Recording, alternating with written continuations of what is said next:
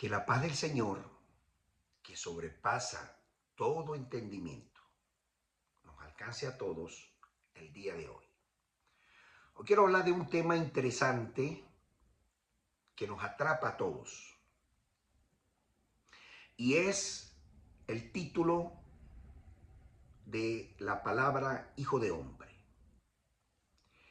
En el judaísmo, que por supuesto el cristianismo es un apéndice del judaísmo, la palabra hijo de hombre ha sido totalmente tergiversada y malentendida desde la perspectiva histórica.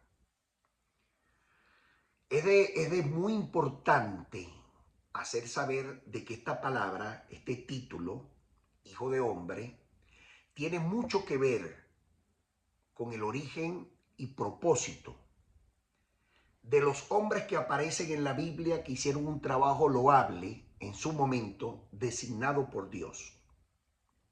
Es decir,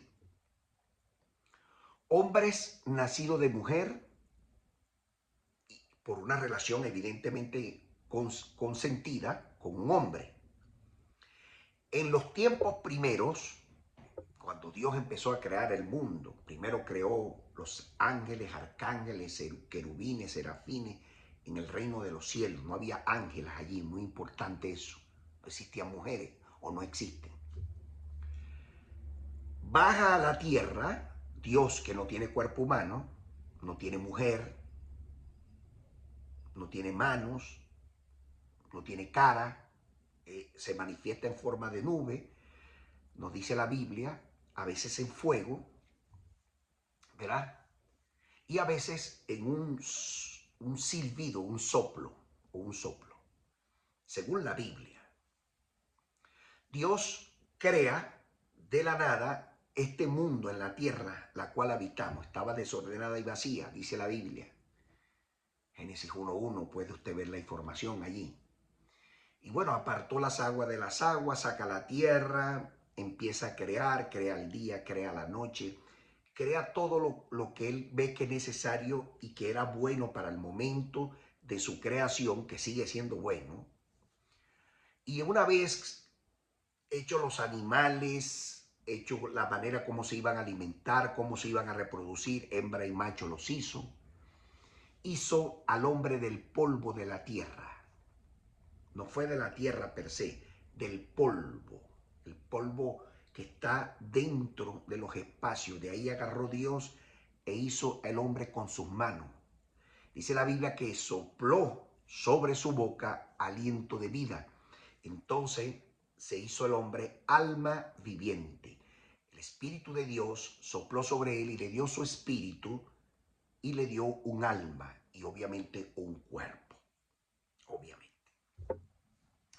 Allí nace el hombre y el hombre, cuando vio Dios que el hombre estaba solo, dijo, no es bueno que el hombre esté solo, le daré una mujer como ayuda idónea.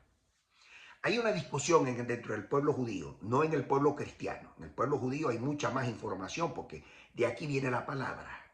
El monopolio de la palabra, la custodia de la palabra, los eruditos, los intérpretes de la palabra son los judíos. Discutir eso yo creo que es algo absurdo por demás. De hecho, los cristianos somos un apéndice, un pequeño apéndice del judaísmo.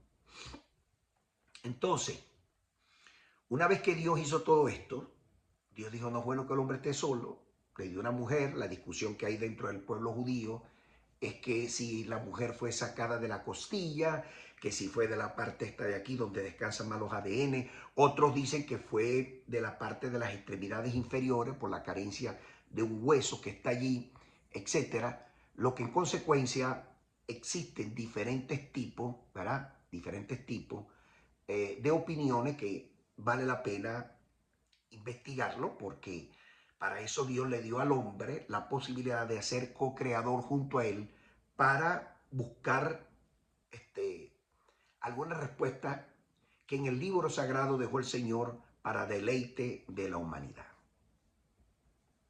Para nadie es un secreto que la sabiduría de Dios, cuando se le entrega a los judíos, el apóstol Pablo hace una mención tremendo. estoy pasando por la determinaciones, las grandes determinaciones que el mundo ha concentrado con el devenir de los años. Pablo llegó a decir que habían ciegos, sordos y mudos, gente que tenía entenebrecida su mente, no pudiendo entender una cosa de la otra, porque en el occidente nosotros tenemos mucha influencia de los helenistas, es decir, del mundo griego, y todavía nosotros creemos en dioses de 7 cabezas, 3 dioses como en el caso de Hércules, etcétera, etcétera, y todo eso, lamentablemente, y lo digo con mucha tristeza, ha quedado en la mente de algunos hombres, incluso ministros de la palabra, que tristemente, y lo digo con mucho dolor en mi corazón, no leen, no se instruyen. No es agarrar un versículo de aquí, un versículo de allá, otro de por aquí, otro de por allá y preparar un mensaje, porque eso es una ensalada ahí media extraña, un arroz con mango, como dicen en mi pueblo en Venezuela.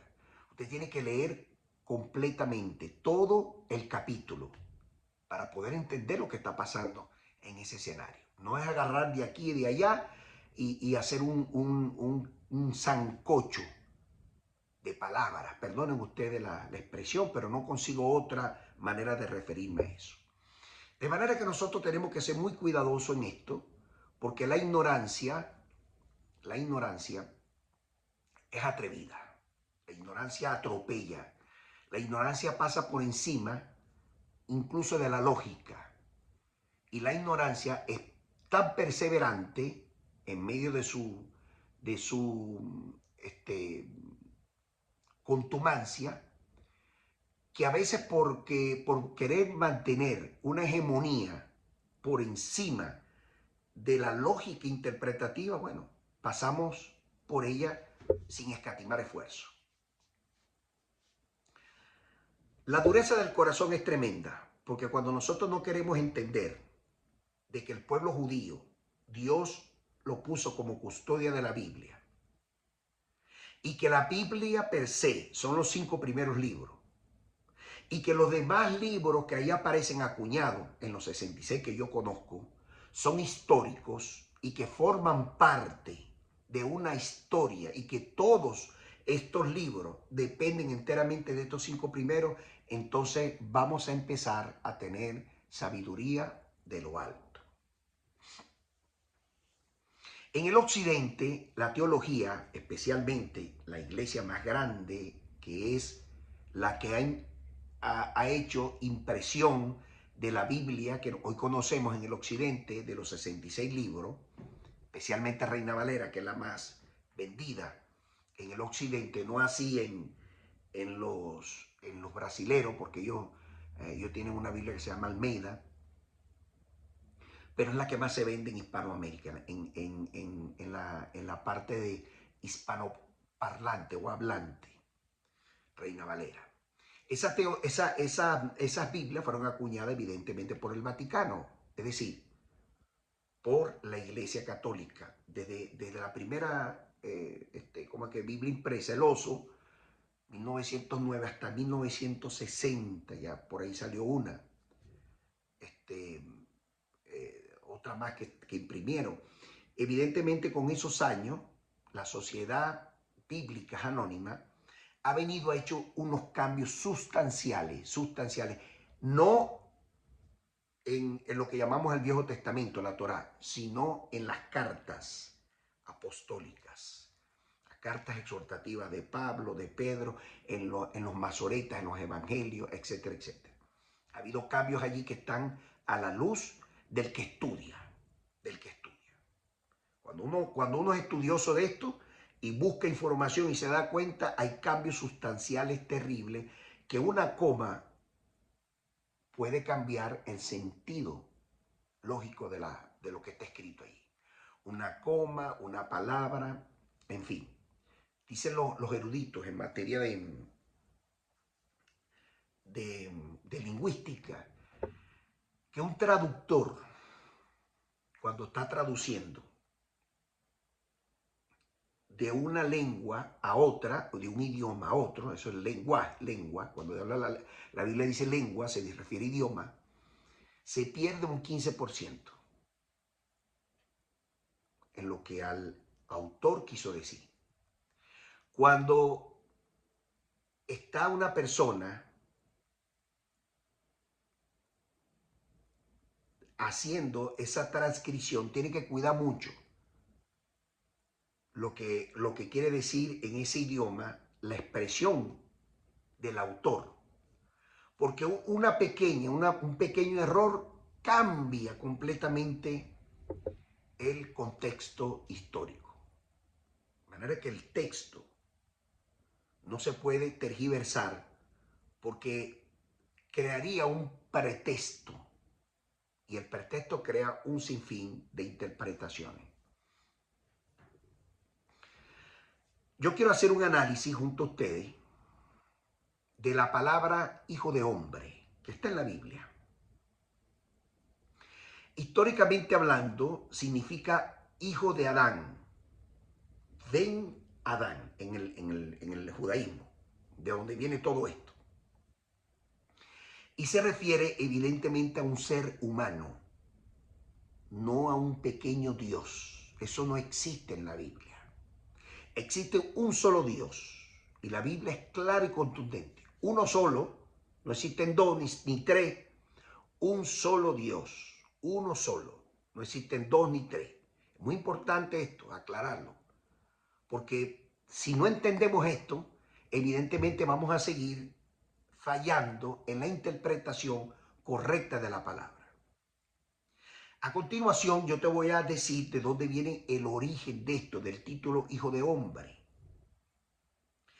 Y el hijo de hombre es la locución de Dios, la expresión de Dios para referirse a los hombres. Porque Dios permitió que el hombre se reprodujera y llenara la tierra y la gobernara a través del sexo con una mujer, evidentemente. No se puede reproducir mujer con mujer y hombre con hombre. Eso es nulo de toda nulidad. Para eso Dios hizo mujer y hombre. Después de la creación de Adán, ya Dios no se metió más en eso. Le dio la cocreación al hombre a través del sexo. Espero usted entienda la razón de mis palabras. De ahí en adelante, todo el mundo nace por relaciones sexuales. Si usted lee la Biblia, usted va a entenderla. Que aguas abajo hayan gente que la haya manipulado por intereses para mantener una hegemonía, eso es otro problema que tenemos ahorita. Que en su momento Dios sacará debajo de la tierra algunas evidencias arqueológicas, como sacó, por supuesto, los rollos del Mar Muerto, que hoy nos dan una perspectiva diferente del estudio de la palabra. Y yo estoy claro en eso. Pero no podemos descartar nunca, en este sentido, que todos los hombres nacidos en esta tierra venimos de una mujer. No hay pequeños dioses. Dios no iba a utilizar un ángel para la redención, porque no tendría sentido. Y menos Dios mismo meterse en un cuerpo humano para que lo mataran los hombres, para redimir a la humanidad. Eso es una locura del tamaño de 7 estadios. Eso no cabe en la mente de una persona lógica, estudiosa. Y no me venga a decir usted, no, que Dios va en contra de la lógica, porque Dios no actúa de esa manera. Dios permite que el hombre piense y crea, sea co-creador. Porque si no, las ciencias no existieran. De manera que el título de hombre viene incluso de todos los seres humanos que Dios ha usado con un propósito del cielo. La Biblia dice, nada le es dado a los hombres si primeramente en el cielo no es aprobado. De manera que todos estos hombres que pasaron, que a continuación se los voy a leer, por ejemplo, Ezequiel en el capítulo 2, verso 1, Ezequiel 3, verso 1, dice allí que Ezequiel Dios mismo se dirige a él como hijo de hombre, por el propósito que iba a llevar el profeta Ezequiel. Es decir, dentro de este contexto, lo que le está diciendo Dios al hombre a través de las escrituras, que el profeta era mortal, moría. ¿Por qué mueren los hombres? Bueno, por la transgresión de Adán. Adán fue diseñado para ser eterno, pero por la transgresión entró en él el espíritu de la muerte. ¿Cuál es el espíritu de la muerte? Enfermedades, envejecimiento, poco tiempo de vida, etcétera, etcétera, que fueron suprimiendo los años de vida del hombre y el hombre moría por la transgresión de Adán. Ningún hombre es eterno. Ni Dios va a embarazar a María, ¿verdad? Porque Dios no tiene miembro eréctil, miembro reproductivo. Eso no es bíblico. Dios es Dios y a Dios nadie lo puede matar, y menos los hombres, porque Dios es un espíritu. De manera que en el judaísmo el título de hijo de hombre deriva específicamente de un ser humano. Y a lo largo de la historia bíblica vamos a conseguir muchas características de la palabra hijo de hombre, porque no solamente fue a Ezequiel que se le dio. Se lo dio a muchos hombres, a humanos que eran limitados en su proceder. En el caso de Jesús también se le llamó hijo de hombre. Limitado en todo, Jesús lloraba, era un ser humano, nacido, tuvieron que cortarle el cordón umbilical para que naciera.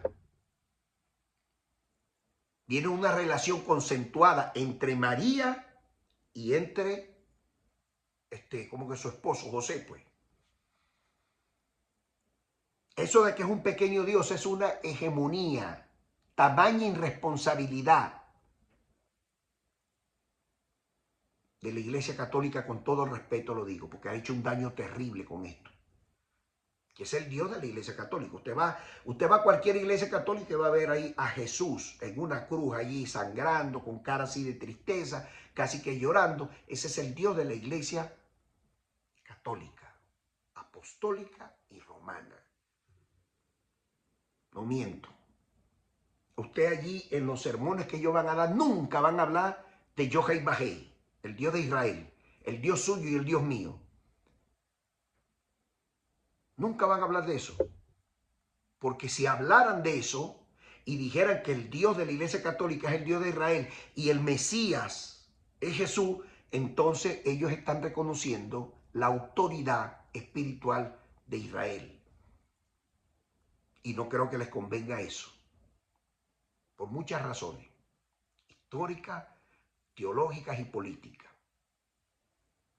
Ahora, como el Hijo de Hombre es un ser humano mortal, que tiene límites, por supuesto, está muy limitado en todo lo concerniente a las enfermedades, a la muerte, etc. Pero es un elegido de Dios para cumplir una misión en la tierra como mensajero de Dios, representante, un chaliaj, representante de Dios en la tierra, para presentarse ante la humanidad con un propósito divino para que los humanos vieran de que efectivamente Dios estaba en el asunto. Por ejemplo, Enoc, descendiente de Adán, menciona la Biblia en reiteradas oportunidades que era hijo de hombre, Enoc. Dice que fue llevado al cielo sin ver muerte. Otros eruditos, estoy hablando del cristianismo, ahora me voy al pueblo judío. El pueblo judío dice que cuando fue traspuesto significaba que lo movió de un lugar a otro. Salió de este lugar y se fue a otro. A eso se refiere en el judaísmo. Porque en el judaísmo no ven a Enoc como un dios, lo ven como un hombre que cumplía una loable tarea. Al igual que Abraham, que también fue llamado hijo de Dios, que también fue llamado hijo de hombre, por la tarea y la obediencia y la fe puesta en manifiesto en Dios. Al igual que Moisés, Moisés también es llamado hijo de hombre como parte fundamental de que Dios lo usó para sacar a Israel del desierto. Sin embargo, todos estos hombres, incluyendo Ezequiel, el profeta, que también lo llamó hijo de hombre, al profeta Daniel, el profeta también es una referencia de hijo de hombre. De hecho, Daniel es interesante porque Daniel dice que vio al anciano de día. El anciano de día se refiere a Dios por la cantidad de luces que emana. Y dice que se le acercó el hijo de hombre, un hijo de hombre, quiere decir un humano. Eso es lo que se refería. Y estaba viendo de manera profética el sentido figurado del futuro, del Mesías. Y por eso es que el ángel le dice, cierra el libro, porque no es para tu tiempo. Porque el Mesías tenía que nacer en el tiempo, utilizando por supuesto el calendario gregoriano, 2025 años hacia atrás.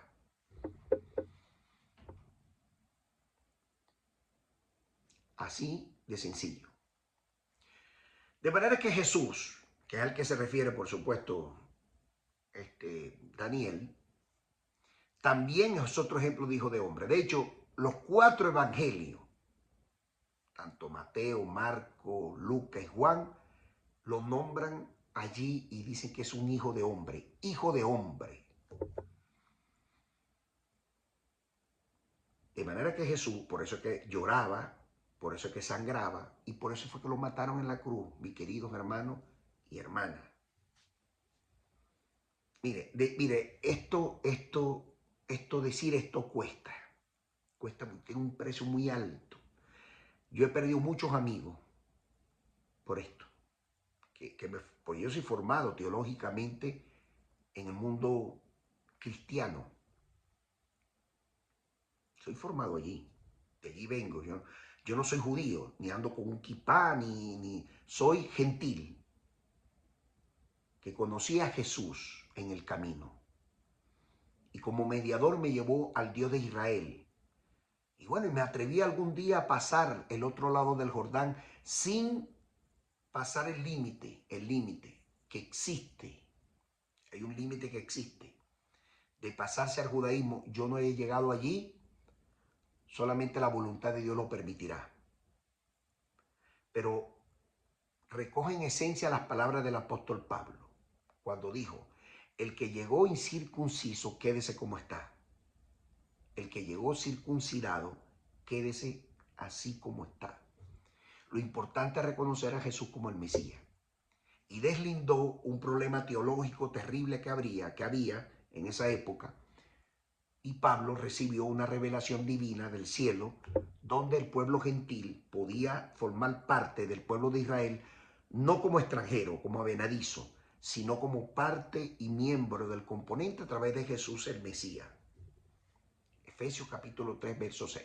Ahí está la respuesta.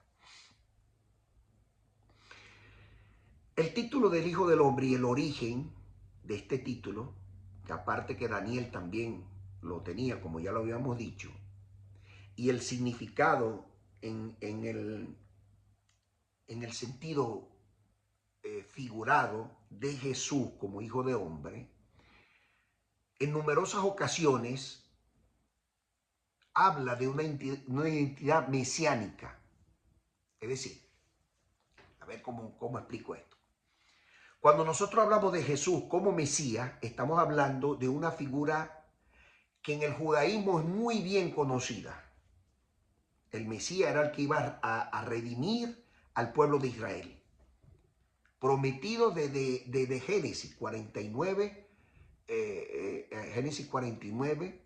cuando el mismo Jacob le dice a su hijo Judá que del semen de Judá iba a salir el Shiloh de Israel, es decir, el Mesías. De manera que la figura mesiánica de Jesús, cuando los judíos empezaron a hablar en aquella época del Mesías, ellos sabían lo que significaba esto. Porque el pueblo judío tenía años esperando. Pero este hombre, hijo de hombre y de mujer, tenía que tener una cualidad especial, según Dios deja en su palabra: autoridad del cielo. Autoridad del cielo. Mire, dice la Biblia dice que nada les es dado a los hombres si no es aprobado primeramente en los cielos. Nada, absolutamente nada le es dado a los hombres.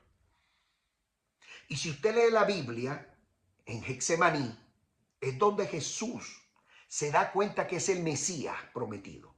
Cuando está orando allí y se le aparece transfigurado, se le aparece Moisés y Elías. Y Pedro y sus compañeros lo ven y dicen: wow, deberíamos hacer dos cabañas más. Posiblemente en la fiesta de las cabañas fue eso.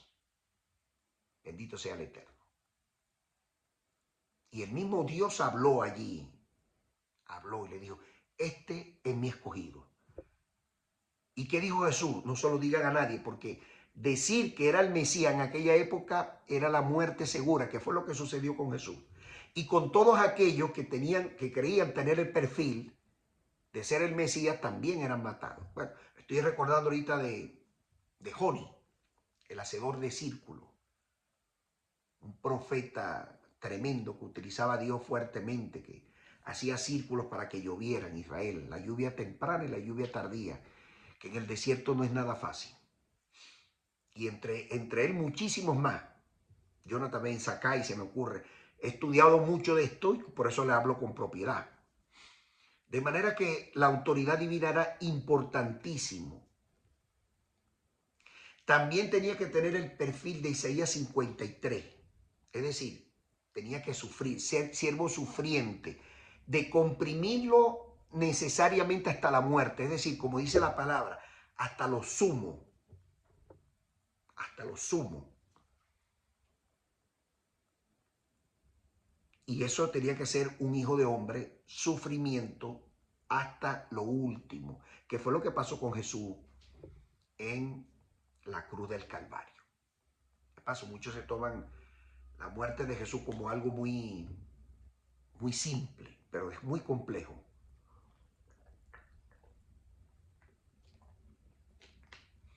Jesús quedó sin piel, sin dermis ni epidermis. Solamente los huequitos de la nariz se le veían porque la nariz fue desprendida también. Del flagio, del latigazo del romano. Por cierto, a Jesús no lo mata el pueblo de Israel. Al contrario, el pueblo de Israel amaba a Jesús. Se reunían con él 10.000, 15.000, 25.000, 50.000 personas. Judíos todos. Quien mata al Mesías son los romanos. Son los únicos que tenían la autoridad de propinar la muerte en la Israel sitiada, controlada, ocupada militarmente de la época. Poncio Pilato tenía el poder para enviarlo a la ejecución de la muerte, no el Sanedrín. El Sanedrín, que por cierto estaba ocupado por Caifás y Anás, que no eran judíos, muy importante eso, que fueron los que arengaron a los no judíos que vivían allí, es decir, a los edomitas, que viene de la mezcla de la hija de Ismael y de Esaú, viene esa mezcla de ahí, llamarlo los de Edom, edomitas, fueron los que crearon la matriz de opinión para que el pueblo judío no tuviera su Mesías prometido y no hubiera una revuelta que lo desplazara a ellos, porque ellos tenían el sacerdocio tomado por asalto, no por disposición divina. Porque para estar en el sumo sacerdocio se tenía que ser de la tribu de Leví, y allí no había ninguno, porque Herodes el Grande, según dice Flavio Josefo, lo había matado a todo. El último que mató entre el altar y el templo fue al padre de Juan el Bautista. Y obviamente si usted es un lector consuetudinario de la Biblia, usted me está entendiendo. Pero si no lee, usted no sabe ni lo que estoy hablando.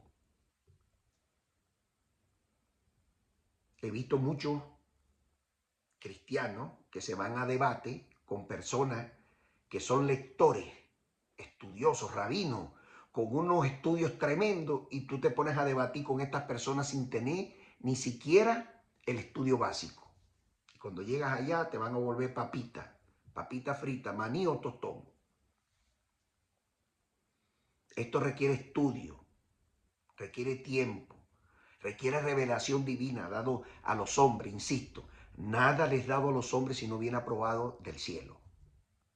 Y usted no pretende usted que va a llegar aquí, va a leer la Biblia, o como hacen mucho, o creen mucho, que un tal espíritu va a bajar y le va a decir la respuesta y le va a revelar el mensaje que necesita la gente y que Dios te va a utilizar y se va a incorporar. Eso se llama brujería cristiana, espiritismo, que se va a meter un tal espíritu ahí y te va a decir todo lo que... Eso no funciona así.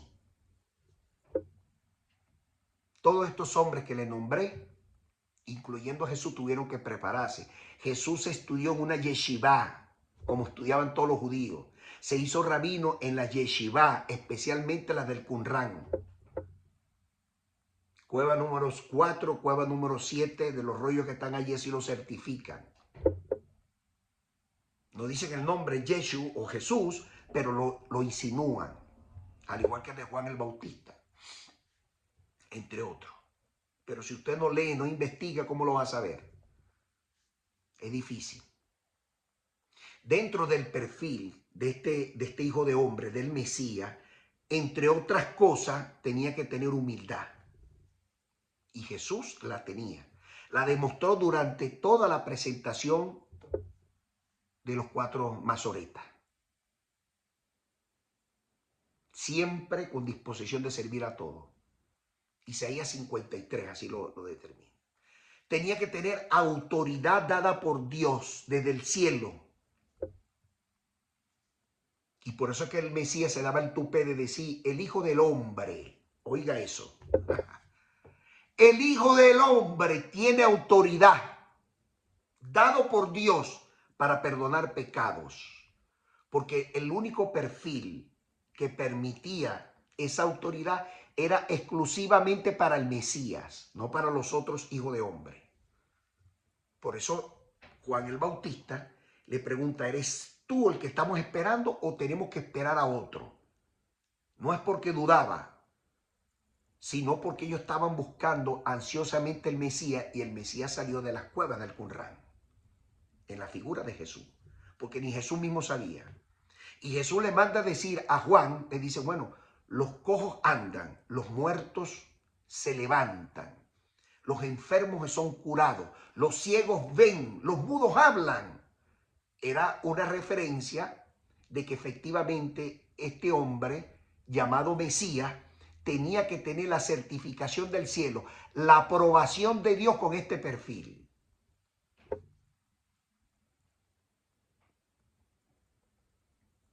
Tenía que ser un hombre sufrido. Isaías 53, usted puede leerlo todo allí en su Biblia. Y tenía que ser glorificado por Dios.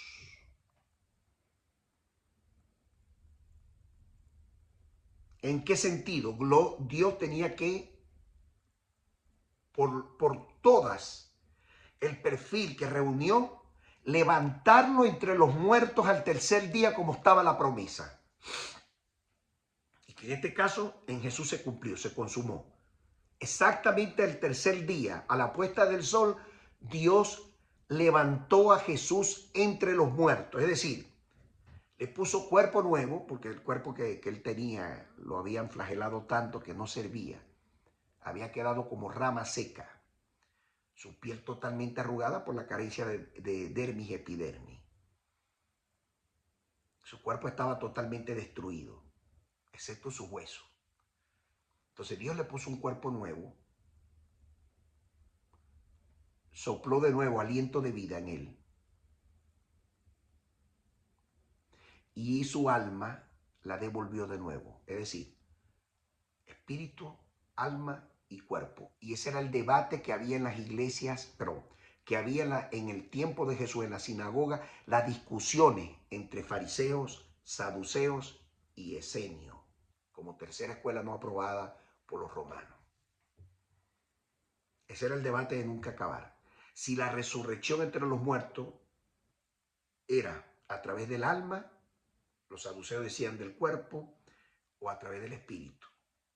Los saduceos, perdón, los esenios eran los únicos que estaban claros en el concepto de la resurrección entre los muertos, que era alma, cuerpo y espíritu. Y esa es la razón por la cual el apóstol Pablo cambia su teología al reconocer que eran alma, cuerpo y espíritu, porque él viene de la corriente de los fariseos, formado por un maestro fariseo excelente, Gamaliel. Y Dios glorificó al Mesías, levantándolo entre los muertos y haciéndole ver a la comunidad hebrea que la resurrección es una realidad. Que por cierto, Jesús es el único resucitado entre los muertos. No hay otro hasta el día de hoy. No hay otro. Y está sentado a la diestra del Padre, como era la promesa de Dios desde el principio. Tiene que leer Génesis 49. Esta es la razón. En un resumen general, el título Hijo de Hombre pertenece a un hombre venido de, por supuesto, un hombre y una mujer. Dios no iba a traer un ángel, oiga bien, del cielo para que muriera por nosotros. O Dios mismo se iba a meter en el cuerpo de un hombre para que lo mataran los hombres. Esa es la locura más grande de toda la tierra, que no cabe en un espacio físico. Era el hombre mismo que tenía que redimir a la humanidad. Un hombre nacido de mujer y de hombre, que le cortaran el cordón lumbilical, como pasó con Jesús. Con debilidades lloraba, reía, como que se entristecía, etcétera, etcétera. Iba al baño como usted y como yo. Por esa razón, el mismo salmista dice el Señor a mi Señor, siéntate a mi diestra. Adoní, Adonai, que son diferentes términos, por cierto. Adonai es Dios, Adoní es mi Señor, el Mesías, el escogido entre todos nosotros. Y cuando Dios escogió un hombre, un hijo de hombre, para un propósito, era totalmente diferente al resto, por la autoridad divina, pues. Espero que usted entienda la razón de mis palabras. De manera que la identidad de Jesús como Mesías, la autoridad, el sufrimiento, la muerte, la glorificación, porque la resurrección entre los muertos por parte de Dios era un golpe certero a los no creyentes. Y un golpe certero, por supuesto, a la oposición que siempre ha existido en torno a la palabra de Dios. Por eso es que el Mesías dice lo siguiente, porque es que hay gente todavía que piensa que son tres dioses. Hay gente que habla de esas cosas todavía. A estas alturas, cuando tienes a la mano Google, cuando tienes a la mano libros, tienes a la mano, donde yo compro mis libros, es en Amazon. Hay bibliotecas, usted puede ir a una biblioteca y en internet usted aparece ahí, biblioteca, de los libros que usted quiere, usted va hasta allí y los compra. Puede interactuar con personas, hacerse eco de un grupo de WhatsApp, interactuar con personas que están en el mismo sentido de estudio suyo, para que le recomienden libros. Tiene YouTube, aquí en YouTube, en el canal YouTube, que yo estoy empezando en esto. En el canal YouTube hay cualquier cantidad de eruditos que usted pueda acudir a ellos para aclarar ciertas dudas. El doctor Royman, Adolfo Royman, el curador de los rollos del mal muerto, se lo recomiendo.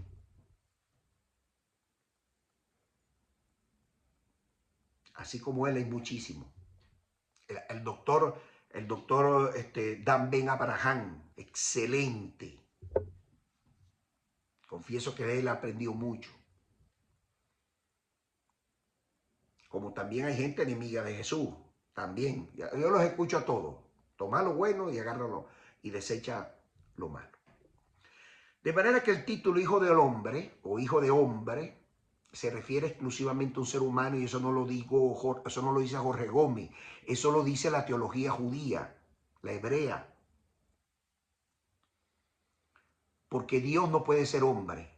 Jamás. Eso no existe. Ni siquiera en la mente de un judío. Dios es Dios y el Mesías es el Mesías. No existe un tercer Dios. No está concebido así. Que la gente haya manipulado, bueno, ya cada quien aquí dará cuenta.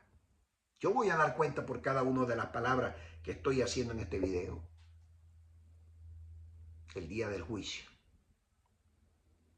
Y esa es la razón por la cual el Mesías dice en Mateo 23:9, voy a leerlo, Mateo 23:9. Y no llamen Padre nuestro. Repito, no llamen Padre nuestro, Dios, se refiere a Dios, a nadie en la tierra. Y hay gente que piensa que Jesús es Dios,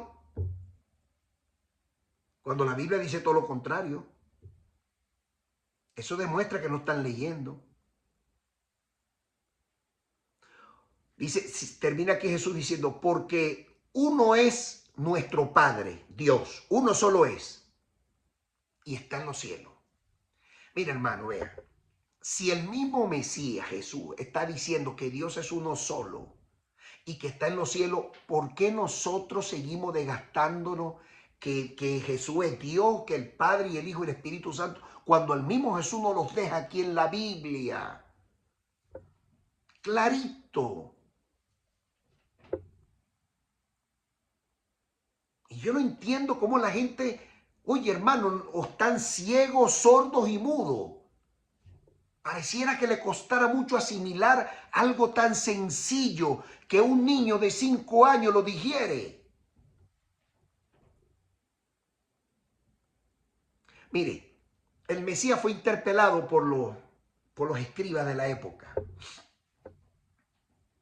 Fariseos y saduceos, igualito, lo interpelaban públicamente para ver si lo agarraban en algo donde ellos pudieran agarrarse, porque estas dos escuelas rabínicas, una de Hillel y otra de Shammai, eran dos escuelas que estaban confrontadas teológicamente, autorizadas por supuesto por el emperador de la época.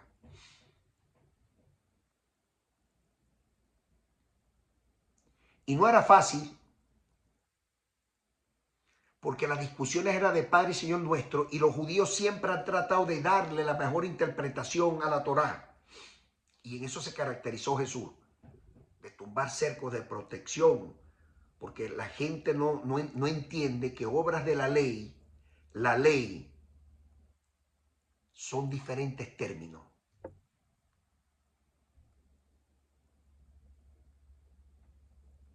Porque son lenguajes propiamente hebreos desde la perspectiva de los rabinos. Por eso cuando Jesús dice, por sus obras los conocerán, se refería a las escuelas de las cuales venían. Pero si no investigamos, no leemos, ¿cómo vamos a saberlo?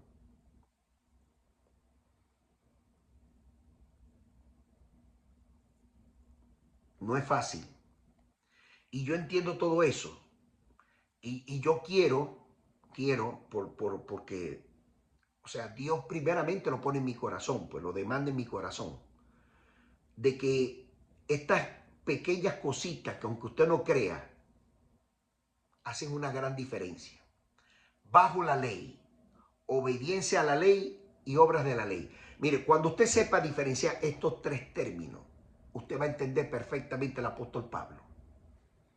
De resto usted no lo va a entender, porque Pablo está hablando en un lenguaje de altura rabínica para poderle darle valor agregado a sus seguidores. Y bajo la ley es hacer cumplir los estatutos rabínicos de la época, que hoy lo conocemos como Sanedrín, hoy lo conocemos como Talmud, hoy lo conocemos como Guemará, que allí descansan lo complementario para cumplir la Torá. Obediencia a la ley, que es la Torá. Cuando dice el apóstol Pablo, obediencia a la ley significa eso. Ahí no hay relajo con eso, ahí no hay interpretaciones. Obedece la ley y punto. Porque si no lo obedecía, moría, por supuesto, de manera lapidada. Y obras de la ley significa las interpretaciones, las acciones que los judíos hacían con relación al intérprete de ciertos y determinados capítulos y versículos que los rabinos por siglo, por año, les enseñaban a los judíos. Por eso existían los cercos de protecciones.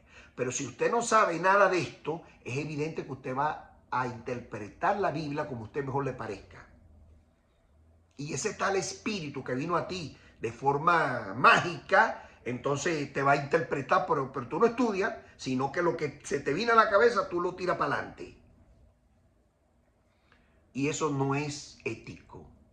Eso no es para nada leal con la palabra. Porque la sal y el azúcar, aunque se parezcan, tienen diferentes sabores. Y Jesús dijo que nosotros somos la sal del mundo. Porque ¿de qué sirve de que usted no esté sazonado o salado o la sal no tenga sazón, no tenga esa consistencia que cuando usted se la pone en la boca es diferente el sabor al azúcar? Mucha azúcar empalaga. La sal cuando se mete a la boca es diferente. Y si la sal perdiera su esencia, bueno, la gente la botaría en la calle y la pisaran, como pisan la tierra, como pisan las cosas que no sirven. Y vuelvo de nuevo a Jesús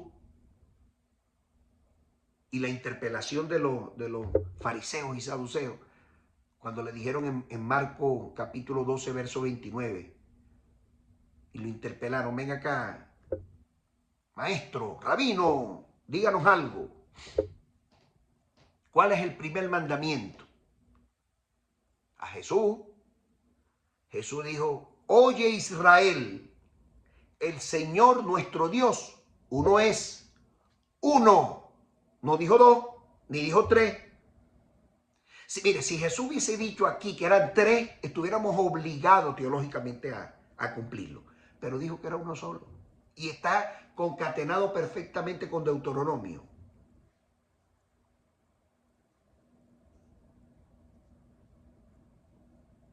Y que es el Shema de Israel hasta el día de hoy.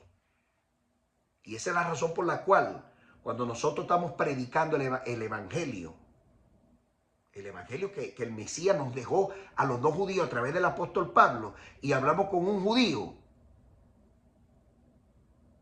con un paisano de Jesús, y hablamos estas cosas inconsistentes, hermano, no quieren escucharlo. Porque de entrada ya está todo desfasado ya. Esta es la razón. Y no solo fue Jesús, que dijo que Dios era uno solo, el apóstol asignado a nosotros, Pablo. Por eso es que Pablo dice: todo lo que aprendí lo di por basura. Otras Biblias por ahí más radicales dicen estiércol. Todo lo que aprendí lo di por estiércol. Recuerde que Pablo se formó como rabino. Y el mismo Jesús se le apareció resucitado vía Damasco para demostrarle que la resurrección en cuerpo, alma y espíritu era perfectamente viable. Y allí es donde cambia radicalmente. Y Ananías impuso sus manos en él, imposición de manos, para que la revelación del cielo estuviera sobre él. y fue el que nos instruyó a nosotros, a los no judíos, con unas clases super magistral, donde lo difícil lo hacía fácil y lo fácil lo interpretaba con palabras meramente sencillas, que insisto, un niño de 4 años podía entenderlo. Primera de Timoteo 2:5 dice el apóstol Pablo. Pablo dice ahí, porque hay un solo Dios, uno solo, léalo, no es invento mío, y un solo mediador, un solo Mesías, un Dios, un Mesías, entre Dios y los hombres, Jesús, hijo de hombre. Entonces, ¿cómo es esto? Explíqueme usted cuando el apóstol Pablo está diciendo un solo Dios, un solo Mesías, Jesús, hijo de hombre. Y usted me dice a mí que son 3. Entonces aquí donde el gato se monta la batea. Y empieza, por supuesto, los problemas que tenemos ahorita teológicamente. Que otros, no, yo no voy a predicar eso porque en los estatutos de mi iglesia dicen esto. Y si yo no me apego, entonces me botan de aquí. Bueno, mi hermano, usted verá si sigue predicando cosas que no están, que son inconsistentes a la luz de las escrituras. ¿Tiene miedo que se le vaya a la gente? ¿Dónde está tu temor? ¿Tu temor está a Dios o a la gente que te sigue? ¿Dónde descansa tu temor? Porque si es a la gente que te sigue, entonces tú no amas a Dios. Porque el que ama a Dios cumple su palabra. Y dice Dios, vale más no me hubieses conocido. Y conozco de un hombre, me reservo el nombre. Excelente predicando. Español, por cierto. España. Y una vez lo interpelaron y lo presionaron en cámara para preguntarle si Jesús era Dios. Y yo me imagino el temor terrible que tuvo ese hombre. Y dijo, es Dios. Pero él sabe que no lo es. Es lo más terrible. Es el Mesías, que está ahorita, después de la resurrección, en un carácter divino, sentado a la diestra del Padre. Sí, es cierto. Pero antes de morir era un ser humano normal. Y usted cuando resucite entre los muertos también va a pasar a ser en ese carácter de divinidad.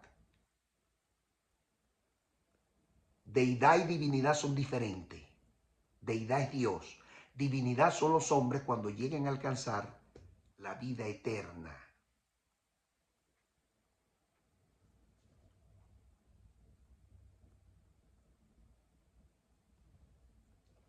Véalo así. Adán era divino. Adán era eterno. Después de la transgresión pasó a ser mortal.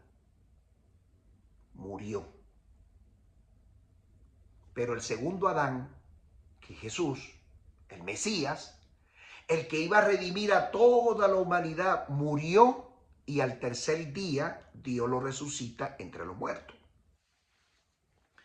No se autorresucitó. La Biblia no dice eso. La Biblia dice que fue Dios que lo resucitó. En consecuencia no era Dios. Yo sé que esto tiene un precio altísimo a pagar. Yo lo sé. Pero no puedo mentir. ¿Que soy pecador? Claro que lo soy. Peco. Soy un hombre humano. Por eso el apóstol Pablo decía, ¿quién me librará de esta carne pecaminosa? Pero yo le estoy hablando de la palabra. Y cuando se habla de la palabra hay que ponerse serio. Porque esto no es de relajo. Esto es serio. No estamos jugando aquí el pellejo. No estamos jugando la vida eterna, la vida venidera. Y no se puede mentir y engañar por esto. Y ese es el tema de discusión hasta el día de hoy. La vida eterna. Cuando usted pase a la vida eterna, usted le van a dar un cuerpo nuevo. El alma le va a volver a su cuerpo y el Espíritu, por supuesto, que Dios lo tenía, va a volver a ser insuflado en usted y va a tener un nuevo cuerpo como lo tuvo Jesús cuando sorprendió a los que iban camino a Emau. Por eso no lo reconocían, porque vieron al Jesús antes, durante y después de su muerte. Pero el Jesús que se le apareció, el Mesías resucitado por la voluntad de Dios en el camino, tenía un cuerpo nuevo y por eso estaban confundidos. Y ellos se dan cuenta, estos dos personajes que eran uno de los miembros de los 70 discípulos del Mesías, que después que ellos están compartiendo el pan, se les desaparece de sus ojos. Y ese poder divino lo tienen los ángeles también. Ángeles, arcángeles, querubines, que aparecen y desaparecen porque tienen divinidad. Pueden estar aquí, pueden estar allá, pueden estar donde quiera, porque son divinos. El Mesías también. Y usted cuando resucite entre los muertos, permita a Dios que yo también, con mis tropiezos y mis dificultades en este caminar, como lo tuvieron los judíos durante todo este proceso, pueda yo también ver la bendición del Eterno. Ese así de magnánimo, utilizando el término griego, de bondadoso, de misericordioso nuestro Dios. Yo quiero concluir con esta enseñanza. Si el mismo Jesús, nuestro Mesías, llega a decir en su palabra, ahí lo dice, no es invento mío, que Dios es uno solo, ¿por qué nosotros seguimos dándonos golpes en la cabeza? ¿Qué tiene que hacer el Mesías para que nosotros de una vez dejemos de desgastarnos, de decir que Él es Dios, quitándole la gloria a Dios?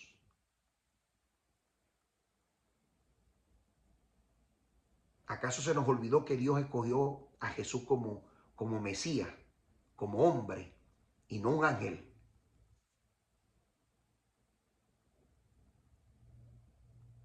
Alguien me dijo por allí, que por cierto se burló abiertamente de mi persona mientras conversábamos.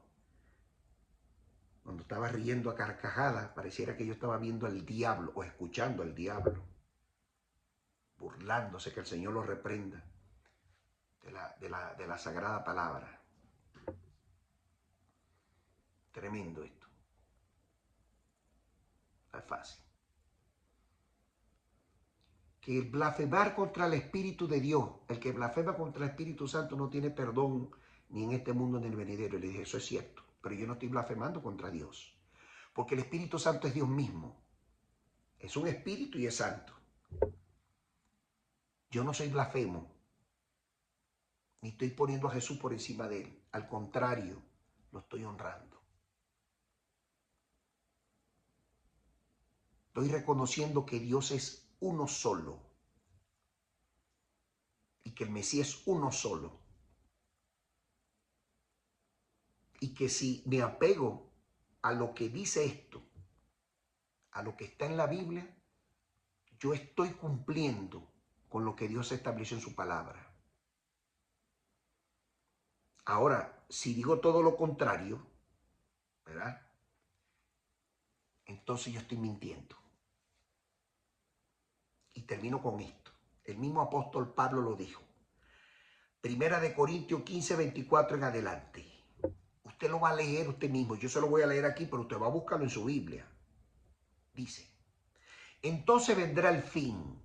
¿Cuándo? Cuando ya la humanidad haya colapsado, la guerra de Armagedón, etcétera, etcétera. Cuando ya el Mesías haya descendido por orden de Dios. Por orden de Dios. El Mesías no se manda solo. Porque Él no sabe cuándo vendrá. Ni siquiera los ángeles que están en el cielo tampoco lo saben. Solo es potestad del Dios Altísimo. Aquí usted puede entender que Jesús es el Mesías. Y Dios es Dios. Y de este capítulo que le voy a leer a continuación, Primera de Corintios 15, 24, que el apóstol Pablo, Dios se lo reveló, Entonces usted va a terminar de entender. Vendrá el fin, dice allí, cuando el Mesías entregue el reino a Dios, nuestro Padre. Léalo, ahí está. Al Mesías se le dio la potestad, primeramente del cielo, de poner primeramente orden en ese momento apocalíptico.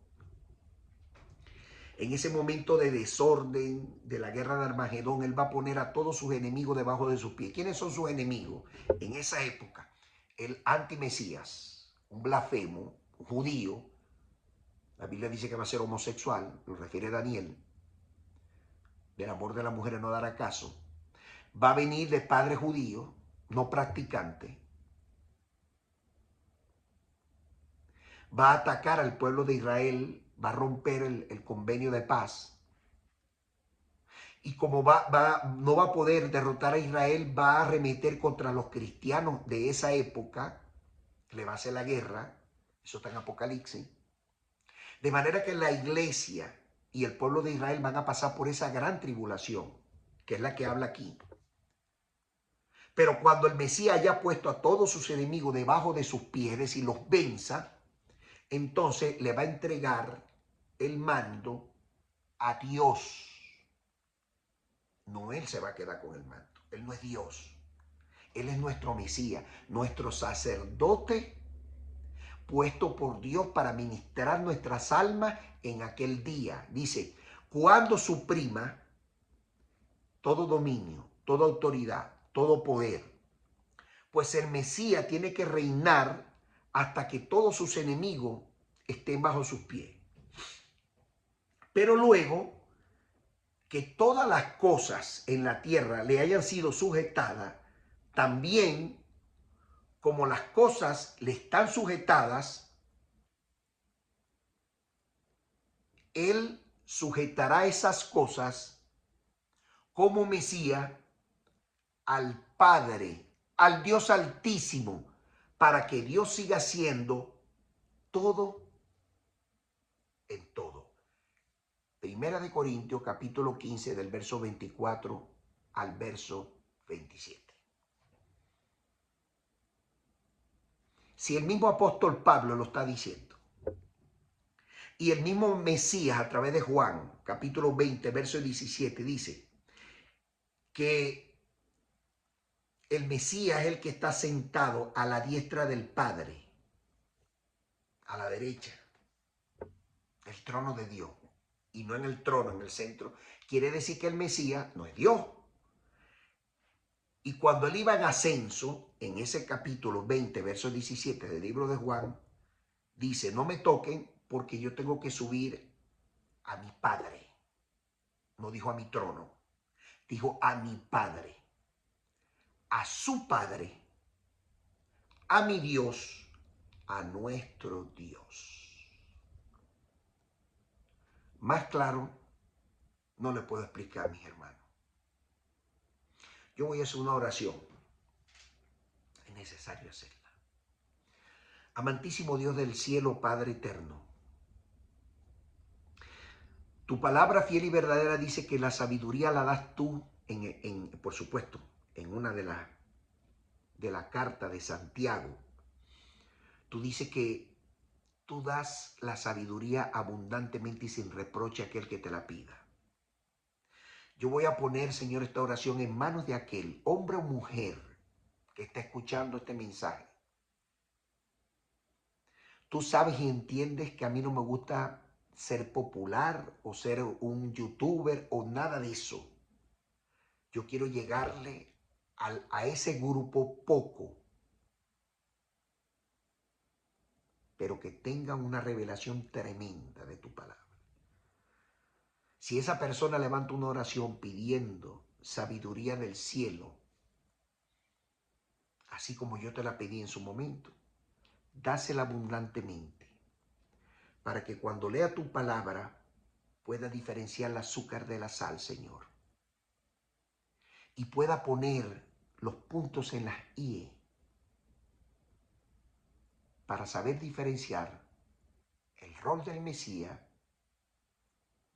y la misericordia y la bondad tuya según los planes establecidos para la tierra y para los cielos.